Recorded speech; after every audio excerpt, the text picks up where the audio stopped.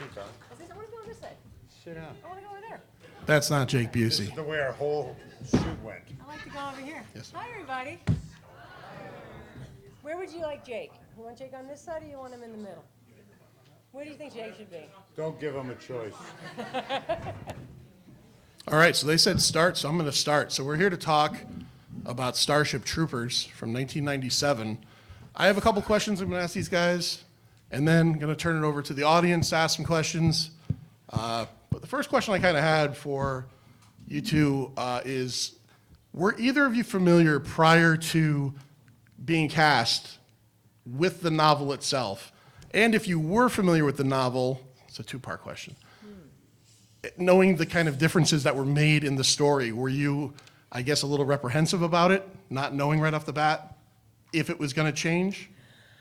Okay, so prior to my reading the script, no, I was not familiar with Highline's novel, but I did read it once I was cast.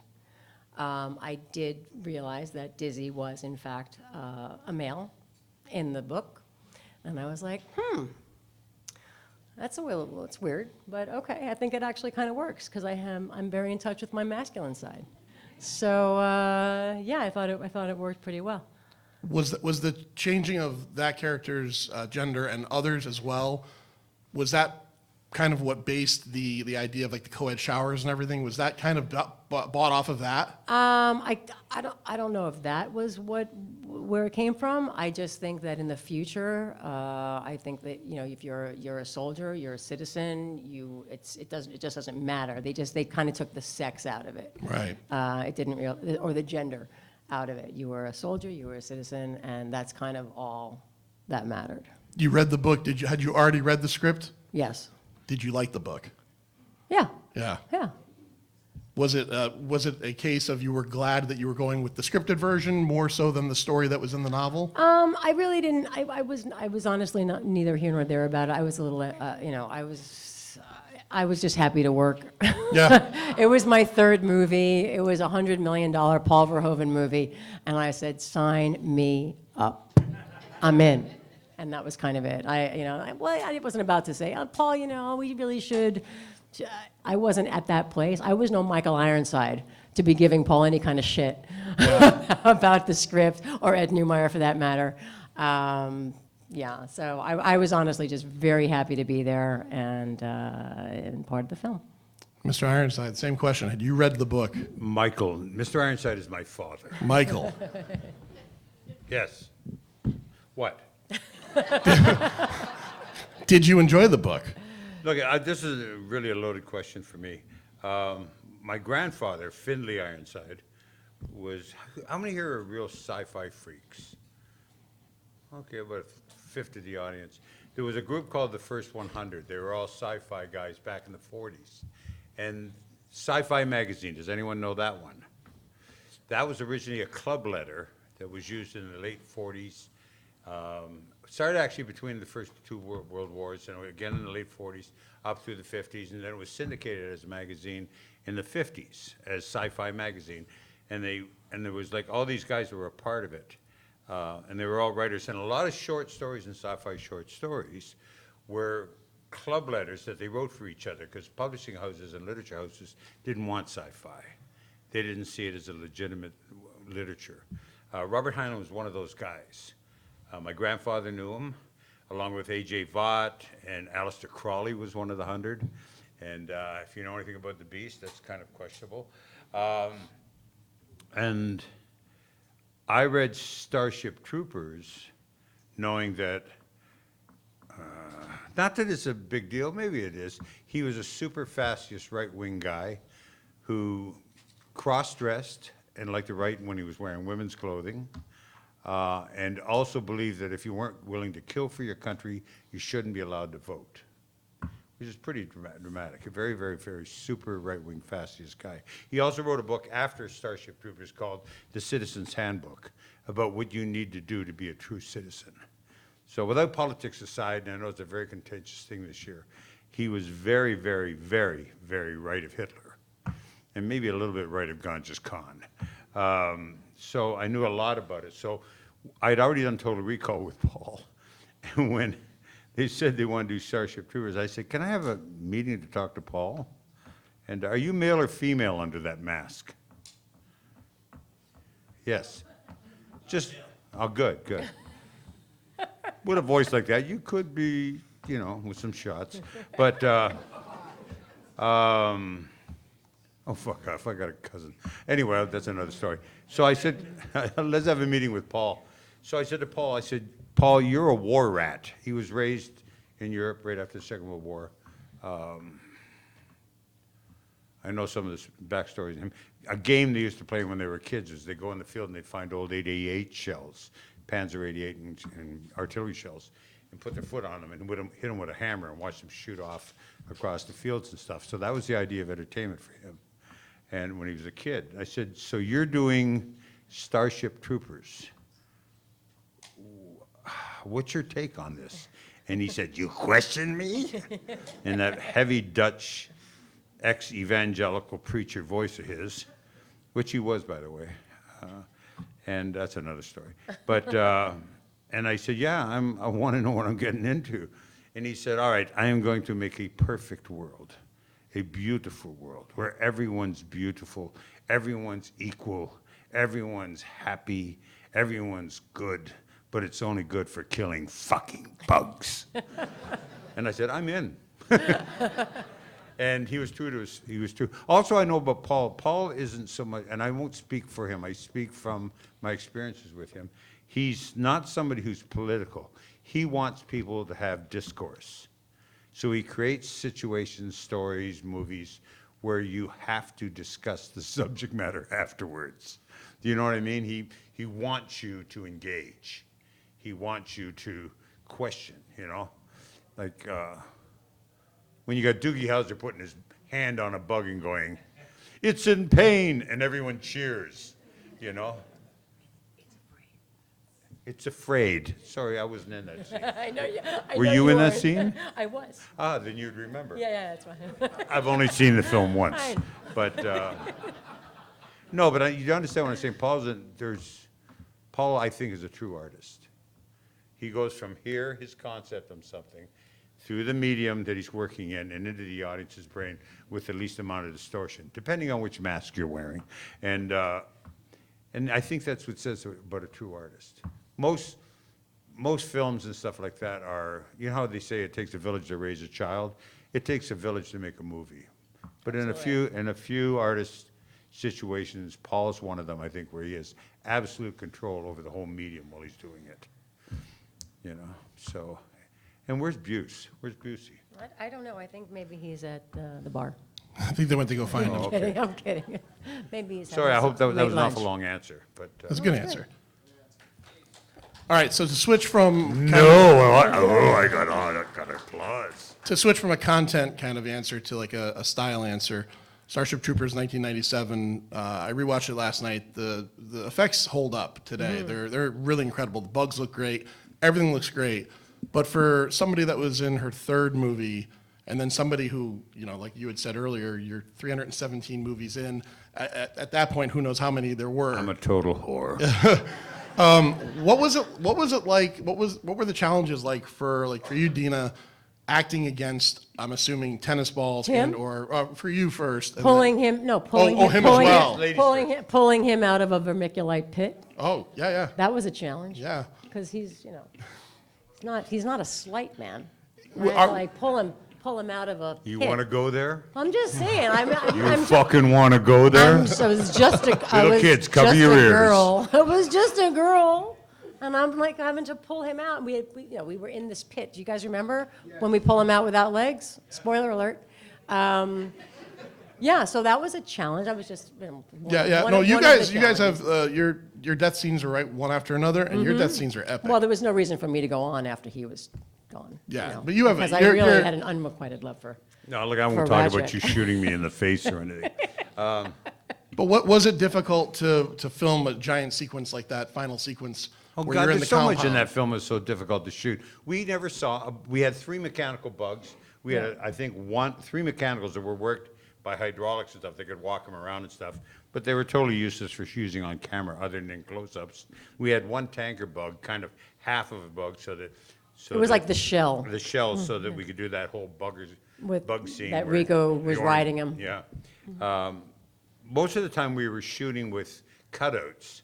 They would just get a two-dimensional black cutout in the horizon or something for perspective for the cameras and stuff. They were using, believe it or not, satellite telemetry for the special effects on the film. So they were doing literally from a satellite, getting the telemetry of the actual terrain of that when we were shooting in South Dakota, the fort, where the fort was. That was on native land, by the way. It wasn't government land. They leased that land from a native tribe.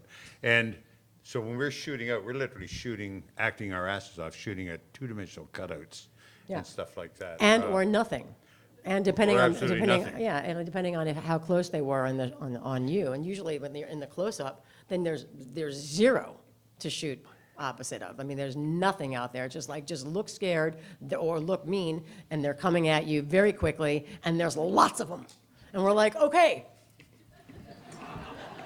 Her third you film. know, and don't shoot each other because you've got fire coming out of your I weapon. mentioned getting shot. We got confused over our crosses one day because we're all using. Paul wanted very big flames coming out of these futuristic guns. Yeah. So they were like basically there were FNs where they were called FNs, but they're an M16 stock and barrel that they cut down, put into a futuristic stock, and then come on in, Busey. Come on, Jake. Hey, And, ladies and Jake gentlemen, Jake Busey. Busey. And we were using full loads because Paul wanted very big flames to come out of the barrel. Ladies and gentlemen, the late The great. Jake Busey, Ace Levy, Hoorah! Everyone wants a friend like Ace. playing the So coolest fluorescent green violin ever, and maybe the only fluorescent green violin ever. So during the vermiculite scene, when I died, Paul had put me in this. He wanted the sun to bounce off the sandy, so he found vermiculite, which reflects light and was very good. But we're in, 105-degree weather Yeah. in South Dakota. Yeah. And I was in there for 3 hours with a half body on top of me with messed up legs. I got sunstroke, really bad. Every orifice of my body opened up. Ooh. I'm in Kevlar. Kevlar, did not leak any water. They just held everything. At the end Thank of the God, day, because there were you could more turn than our one s- people. At the end of the day, you could turn our suits over and drop the water out of them and stuff. After 6 months, shit was growing in there for real.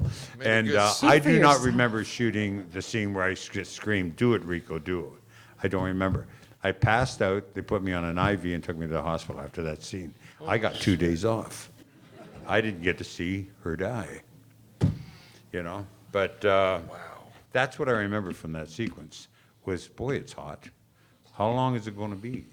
Good night. You kind of separate when you got heat stroke, and it's like, hey, there's so-and-so, But it was a brutal shoot. It really was. Indeed. It And then really I was. got heat stroke a couple days before that, or wait, when did you get it? Where? In the No, fort, it in was, the it fort. was, it was, yeah, on P. He was on Planet B. Oh, so I got. No, you got Starship it, before you got it in the Badlands. No, I got it at Ticonderoga? Clendatha.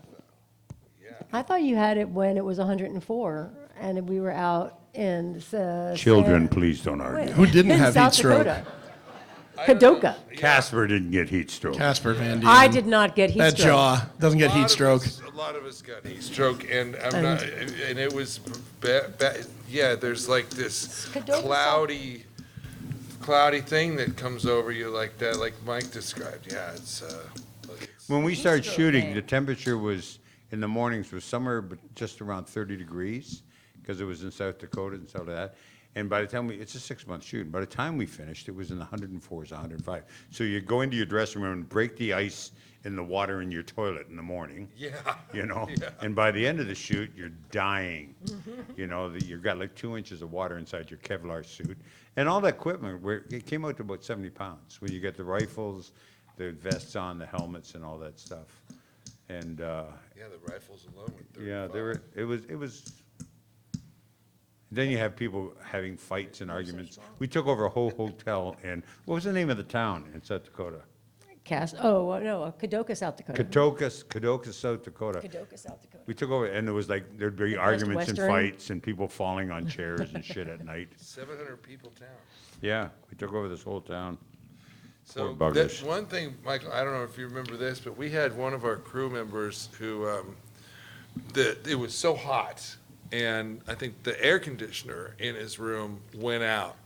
And there was a lot of hard drinkers on this show, and it was the weekend. Well, he apparently had gotten quite inebriated, and he couldn't sleep in his room because it was too hot. So he goes and gets in his car. And the hotel driveway was kind of ambiguous. It was kind of part of the road. It was just, you couldn't really tell what was what. And the reason I mention this is because he gets in his car, he turns on the car and the air conditioner. And so he's sitting there in the car with the air conditioner blasting, and he falls asleep finally. But the problem happened when the cop pulled up and sees a guy in the car with the engine running, and he's only wearing a leather thong. Wait, what? What? You don't remember that? No. Why would I remember that? He was a I don't- set I never dresser. think I heard about that. Yeah. That didn't get out to the girls. Well, that was It was- a man It was thing. Stanley. He was a set dresser. Stanley. The set dresser, Stanley. He got busted for impaired driving in a thong. Hello. Wait, he got busted Wow. for the thong too, or just the impaired driving? It just became part of the whole story. Oh, okay. It was, I was like, South Dakota is rough. You can't wear a thong in South You Dakota. can go in a restaurant in Kadoga, South Dakota, and there it is, the thong. It's on the wall with pictures. There's a whole restaurant that we all ate at and stuff that has all our memorabilia in. You know, like Right. there's the plate that Jake broke. There's the, there's all this stuff thong on that the wall. Stanley There's wore the when he thong got- that. When he Yeah. You know, the sad thing is that we have our whole experience on the road. We come back to LA, we're shooting at every stage on the Sony lot, and this poor guy has to, like every week or two, he has to fly back to South Dakota to deal with his court case and his issues in this little town of 750 people. Imagine what the judge and everybody working in that courthouse and that whole law system in South Dakota with 750 people is going to be. It's going to not be real fair to Your those Honor, is this the Hollywood- thong he was wearing? Yeah. Yes, Your wasn't Honor, one of that's the guys the thong. that said the B word at the airplane, right? Oh, no, different guy. That was a No, different guy. no. We should move on from the thong story.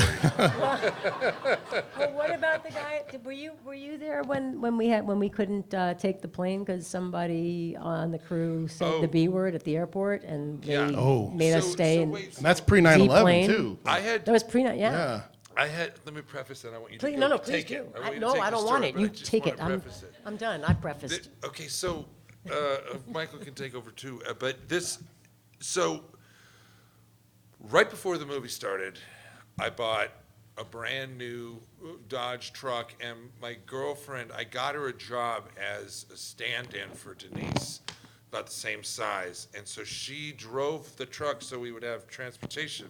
She drove out so after we finished boot camp, and she started the first day a week with the rest of us. She worked more days on the show than I did. So when it came time to go back to LA, the producer said, you can't drive with her back to LA.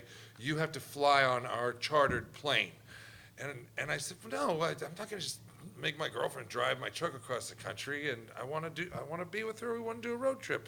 And they said, no, the insurance, or what happens if you crash, and what if you don't make it in time? What we're really worried about is if you don't make it back to LA in time to shoot with us, and Or you're if you gonna have a miss. leather thong. Or whether leather thong. So I managed to talk the producer into letting me drive home, but it was like pulling teeth. Okay. And so we start on the road, and we go and we get home. And after a couple days of being home, I suppose we got there on a Friday, and on Sunday we get a phone call saying, yeah, Jake, you don't have to show up on Monday morning at Sony. There's been some delays. And so I said, really, what's going on? They said, we don't know. We can't really talk about it right now, but you don't plan on working this week. I said, really? I guess I'm going to make it in time. And then the rest of the story is, Yeah, we all were boarding a flight, and then somebody on the plane. I don't know who it was. Our plane. It was our plane. No, I know. It was somebody on our show. Yeah, but I'm that just letting them was know, like, joke- it wasn't, it- like, just the air. we had a chartered plane. Like it was all the cast and crew that was being shuttled from Kadoga, South Dakota, Yeah. to L.A. And some wise guy said the B word that you don't say on a plane. You guys know what the B word is? Yeah, it says, I'm like, oh, I got a bomb or something like that. And that was it. And then we all had to deplane, and we had to stay in South Dakota for another night or two until they could get us another plane to take us home, because this wise guy, said that, and you don't mess around So the with that word. Do you know the whole story with Alan and the captain and the whole ego trip? Nope. Tell us. You were I not want to there? hear Not it. No. now. We can tell it. Alan? You guys don't want to hear that now, do Do you want to hear it? Yeah, you want to hear about the Allen Eagle? I'd like to hear about it. Do you know about it? Is it Yeah, it's wake not me worth up when talking- it's over. Oh, okay. All right, I have enough time. I'll turn it over to a couple of audience questions. Raise your hand if you have a question. Does anybody have a question out there? Questions? Someone, come on. There's someone, John Peck's got Oh, a here we question go. right there. If it's about a thong, don't ask it, but. Cisco is the thong song, yes. That thong, the thong, thong, thong. Thong, the thong. How long all you've seen it, or if you've thought about this, how people talk about Star Trek, how in the 60s communicators, how there's flip phones, things that technology evolved. Have you thought about that with Starship Troopers, how you have things like animated videos, just like cartoon speed immediately sent, like an iPad, and how people do that now, but back in '97, this really isn't realistic, this is just active, things like that, and just like how there's like webcams, how just all that technology. I'm just curious if you thought about that, how, the impact. I thought about it more when I was a kid watching the Jetsons. And now I'm like, wow, we have FaceTime. I remember thinking when I was like as far as like sci-fi goes, I'm like, oh my God, that'd be so cool. Could you imagine like you're on the phone with somebody, you could actually see them? That would be so cool. Oh my God. And now I'm like, I'm not camera ready. I'm not putting my video on. Get out of here. Taking a shower, the phone rings, it's a little different. Yeah, you can't answer the phone when like you're in the bathroom or something like that. That'd be Mi- weird. Michael had said before that he'd only seen the movie once. Do you guys, do you watch your movies more than Every once? single day, If it's all on day. TBS, you No. just constantly are watching Starship Troopers? No. Or do you revisit it, to check it out? Or the 25th anniversary was last year, stuff like that come up in your head and go, I want to take a look at this. I personally have not seen the movie in well over 20 years. Did you Okay. go to the 15-year anniversary? I did. Oh, no, sorry. I did the thing with you, and we had to watch it at FedCon. Had to. We watched it, actually, okay, sorry. You're right, I forgot about that. We went to FedCon back in, when was that? Back in the Nixon administration. Like, what the hell was that? Yeah, it's been a That while. was, it was, no, I mean, it was a good 15 years ago. Was it? 12? All right, don't nickel and dime me. It's like, it's, No, I don't. it was like, it What's was more than, 97 more plus than 15? I don't know. 2012, 2012? Okay. Sounds fair. Is that right? Yeah? Okay. Sounds Yeah, right. 2012. Okay. So 2012, we went to FedCon, and one of the things, it was like a 3 or 4 day convention. They were playing Starship Troopers, and they thought it would be fun to have the Starship Troopers cast be on stage with the film playing, and then we had our mics, and we could watch it with the audience, and we could comment on it while we were watching it. That's right, which was kind of cool. I mean, the audience loved it. Yeah. So that was the last time I saw it. Okay, any other Yeah, so questions? I stand corrected. Is that Chucky? Are you Chucky? Oh, Chucky, go for it. Hello, Hi, Chucky. Who's the voice of Chucky? Is that Brad Dourif? Aware of all the very on-the-nose kind of satire that the recent game Helldivers 2 takes at Starship Troopers? And if so, what are your respective thoughts on it? I have absolutely no thoughts at all about it. I've heard that Helldivers it's very close to Starship Troopers, but I haven't played the game. I haven't seen it. I've seen a couple of little clips, but not enough to be able to answer your question with any kind of Yeah. like it's, I wouldn't necessarily say it takes it word for word, but it's very stylistically similar. Like it'll take like the PSAs from Starship Troopers and kind of that level of satire, and they Right. very much have some fun with it, and kind of I don't know so much as if it's more like satire or loving homage to Starship. Look, we're actors. We have very little say in any of that shit. I'm in a drugstore a few years ago, right in the middle of I had cancer for 5 years, and about 2 years into it, I was starting to get a little bit of in a remittance, and I'm in the drugstore getting my $600,000 medications and stuff. My wife comes up to me and she says, "How are you feeling about yourself?" And I went, "Oh, I'm feeling pretty good, I think." She goes, "You sure your self-esteem's good today?" I said, "Yeah, it looks like I'm gonna live." She goes, "Look," and she pulled out one of those little bobblehead fucking dolls, the Razik one, you know? And I looked at it and she said, "I hope you're feeling good about yourself, because look." And so I don't know about you guys, but I've never seen a fucking, pardon my language, I'm pissed off about this.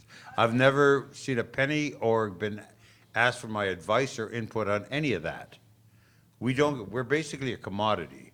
We sign off on certain stuff. A lot of product orientation we have no say in. That is all owned by the studio or the distribution company. And and it's not right. Our unions have tried to do things over the years about that. It can be vicious. If a producing or a distribution company doesn't like an actor or a character, they can totally sabotage their career with that stuff. Some actors are pains in the ass and should have their careers sabotaged. Stop talking about me. Not any of these here. Not that I would say that in public, but you know what I'm saying? So we don't really, a lot of that stuff we have no say in at all, you know? And as far as who knows what's gone on in the back rooms, excuse me, Diet Pepsi. I usually don't drink it, but I love caffeine. But I'm sure there was a backroom decision made on that, and some money changed hands somewhere for those games to be able to share materials on that. You know, Ron Shushet and some of those guys made a deal, because that intellectual property is owned by more than just the studio. Because I think Ron signed a whole bunch of deals before that on what he owned and what he didn't own as far as the characters and storylines. So, you know, very intelligent question though, for a man wearing a fucked up red wig. And that's Brad Dourif, right? Brad Dourif is the voice of Chucky, right? Yes. Yeah. Brilliant actor. Made a lot of money off Chucky. I think we got time for one more question. I saw your hand before, so go for it. You asked me that already. I'm not going to let these guys answer because you know my answer. What's the question? What's the craziest thing you saw on set while filming? Oh, so much. I saw Paul Verhoeven without his pants. Oh, yeah. No, is it true? Yeah. Yeah, he filmed the scene in the shower without, he got undressed for that? I walked by Yeah, and he had but he wasn't in the shower. You walked by and wait, what? You were spying on the shower No, scene? no, it was another You were. No, there's Rat another- Check wasn't no, in the fuck off. shower. No, you there's weren't there. Tom over here. I'm not interested in seeing your androgynous body. Look at, I saw the film. Come on. Wow. Wow. No, because that's the way the scene was played. Oh, we're going to get our ass in the air here. Paul was in a Keep scene. talking. Paul was in a scene where I don't know what he was doing, but I walked by the set and he had on that blue sweater of his and a pair of shoes and no pants. And I was surprised at how well endowed he was.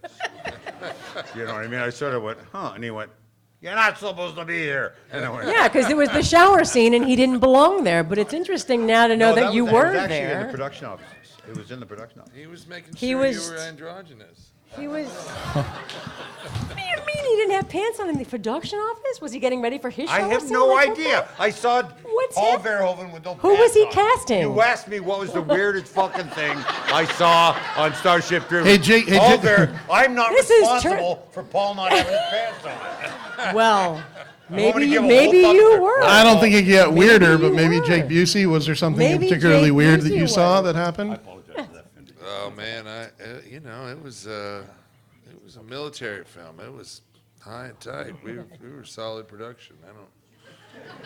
You know, it was weird in talking about the shower scene, since we're there. I don't remember anything weird. You Or don't, seeing- well, Or seeing Jake play this fiddle. Now, that's pretty well, amazing. the fiddle that Jake was wearing in the shower scene was actually probably one of the next to weirdest things that I saw next to Paul and Yost Vacano naked.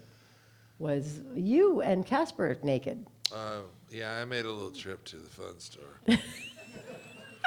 So when everybody's getting finally, after we see Paul and Yost Vacano was our a DP, our director of photography, and Paul checked with Yost to make sure that it was okay to drop And shower right Yost there. was probably 79. And yeah, so yeah, exactly. So it was like in his Talented man, 60s. Yes, very talented. And so they agree, they drop it, and then it's like, okay, well now I guess we got to do it because they just did this. Here's a question. Maybe it's me, but seeing a woman naked for me is not shocking. Do you know what I mean?